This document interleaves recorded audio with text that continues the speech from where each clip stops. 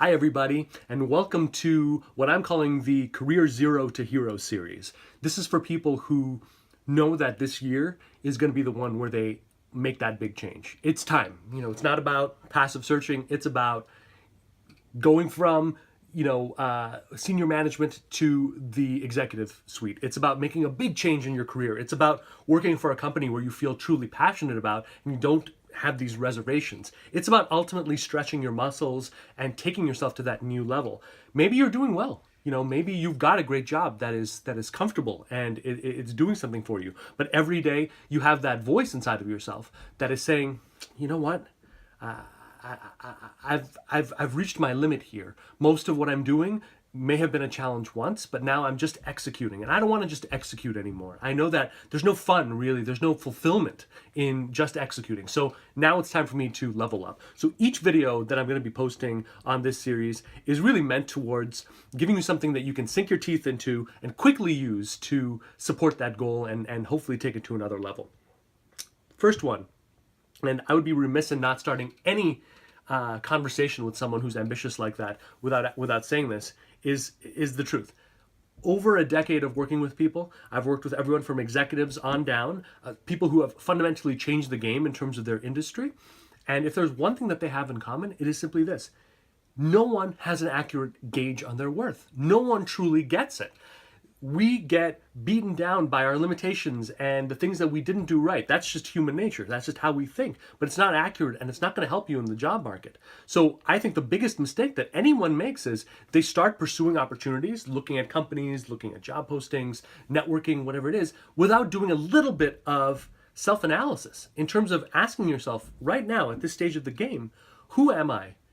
What do I believe? What really floats my boat? What do I not want? What do I not want to see? What would be an immediate red flag in an employer? These are critical questions that must be answered, or at least have begun to get answered for you to really get traction out there. Because if you don't, what's going to happen is, no matter how talented you are, you're going to start going out there and people's priorities and companies' priorities and recruiters' priorities are going to start really muddying the waters. So before you do that, you have to be like a captain on a ship, knowing exactly this is where I'm going, this is the course that I'm charting for myself, and this is what I'm looking for, this is what I'm not looking for, and really having a solid foundation there. If you look at the bottom of this video, you're going to see a link to a page I've posted on my website that breaks down the key questions that you really need to be asking for yourself. This is heart and soul stuff. This is stuff that gets to the core of who you are professionally and what you have to offer. So I strongly encourage that you, after you're done with this video, or even simultaneously, magic of the internet age, pull it up and start going through those questions. The first one I think is the most important. I learned this from Tony Robbins, and he believes that at any point in someone's life, you are primarily one of these things. Number one, you are either the talent. In other words, a specific skill or batch of skills is the ultimate driver right now of your value. You are the talent. Or number two, you're ultimately a manager or a leader. These are people who, it's their people skills and their ability to get people rowing in the same direction, quickly do the impossible sometimes. That's what defines you. You are that people first person. And the third one is an entrepreneur. In other words, and that's not just starting businesses and getting that off the ground, although God knows that qualifies. It's about having that mindset in no matter what kind of work that you are. You ultimately are someone who's driven by what's next.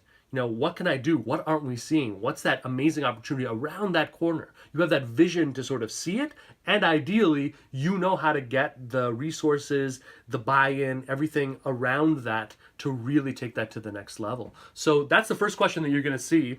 It is the most important one, and here's the thing.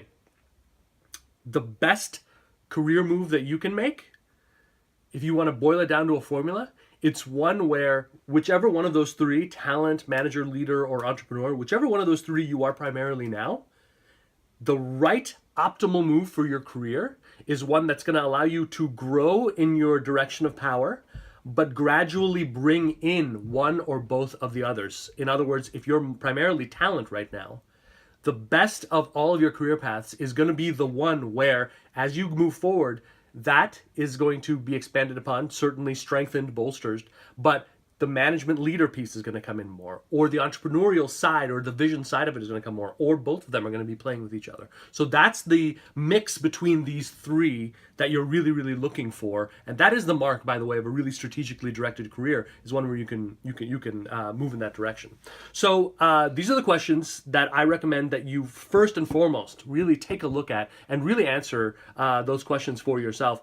What I would recommend, and this is a great habit, I believe a successful job search, just like a successful career, is one that's composed of daily habits, not just panicked actions when you're in the midst of a job search. So part and parcel with these questions, until next week's video, what I would like you to do is find an extra 20 minutes in your day.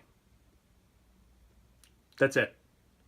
20 minutes in your day. Now, I've got 2 young ones at home, so for me, it's waking up at sometimes at an ungodly early hour. That's where I find my extra 20 minutes. For others, it is when they're in the car, sometimes in a long commute, or they've come back home and they have a little bit of extra time that they could have spent vegging out, and they're just going to say, you know what, let me just push it through that extra 20 minutes, and then I'm going to have something proud of because I've made some progress in my day. So as you're looking at these questions, when I believe that you should start answering them is on a daily basis for the next, between now and next week. What I would like you to do is find those 20 minutes, habitualize those 20 minutes. And at the beginning, you don't have to do anything work related. Ideally, you want these answers, the answers to the questions I've got on my website. You'd like to start answering those and considering them. But in the beginning, I think it's really just about finding those 20 minutes. Find them. Find them, because those 20 minutes are going to be for you and you alone, to develop your career, to build your networking pipeline, to really use for yourself. And this is a habit that you must have, no matter how busy you are, and in fact, especially how busy you are. You have to find that time for yourself to do that. So take 20 minutes every single day from this day onwards for yourself. And start answering the questions for sure. But if nothing comes to you, or if you just want to relax in those 20 minutes or doze on the couch, as I once did when our youngest was driving us crazy on the sleep side, do it. But just get in the habit of taking those 20 minutes for yourself and have these answers in your mind working. I'm going to leave you with a very, very, very quick story that sort of illustrates this thing about moving from talent to manager, leader to entrepreneur, and how these things can surprisingly intersect. Right before I started, this business, I was doing work for a resume writing company and writing resumes, just a tiny part of what I do now, but that was where I started. And I was doing that, but really my profession at the time, at least how I thought of it, was as an author. There was a book that I very much wanted to see published. I was working on rewrites that were taking forever and not going well, and I was pulling hugely extended hours and not sleeping great, and burdened by that, ultimately, this book that I'd spent so many years on that I had to somehow get out. And when I wasn't doing that, I was writing these resumes, and it wasn't a big part of my life. It wasn't something that I took seriously. I didn't really work intensively with people the way that I do now. It was really a more impersonal thing where I'd get their information, come out with a nice resume, and that did it.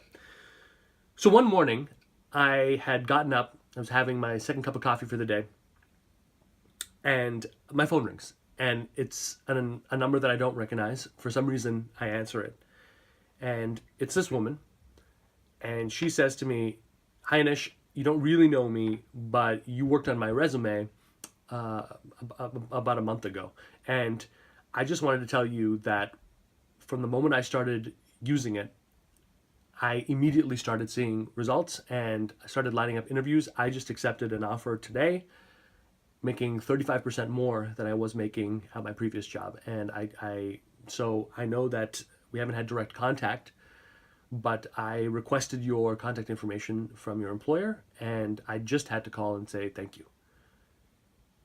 That's it. We make niceties. I hang up the phone. That call changed my life, because I realized that my talent had helped her. My talent had actually helped change her life. And if I had done that for her, maybe I could do it for other people, and maybe I could do it in a way that was my own. And so that set me off on a path towards taking that more seriously, working more in depth with people. And as I have journeyed on my path, I have taken it from being just talent based, in other words, just about the resumes that I was writing and nothing more, and moving it into the manager leader space, motivating people, helping people see themselves for the way that they really are, giving them strategies, giving them guidance in all facets of this transition so that they can make that jump and have an expert in their corner who's helping them out. And yes, the entrepreneur side, of course, getting a business off the ground, getting noticed when no one is helping you, and with limited resources, how do you find ways to add value to the situation? How do you find ways to stand out and organize your business and develop workflows and develop all of that? So that is an example of how when you make certain moves, your number one strongest thing starts getting up against these other two areas, manager, leader in my case, and entrepreneur, and those are knocking on the door and they are pushing you to be a better version of yourself, pushing you to that next level. So these questions here is a way to start us on that path. Next week, I'll be back with another great video that I hope is really going to help further things along. I'm an impatient man. Anyone who's worked with me knows that I am a hustler underneath all of it, and I want to see results today. And I want to get people jazzed up today so that you're taking the right actions today. So if that's you, follow me on LinkedIn, follow my videos, take a look at a site called upgradeyourjob.com where you can sign up for my private mailing list, and I can give you instant access to my 6-point checklist for landing a 6-figure job. Let's get in this world and let's make this happen for you guys this year ASAP. Thanks for learning with me. Sincerely appreciate it. And I hope you guys have a wonderful rest of the day. Thanks.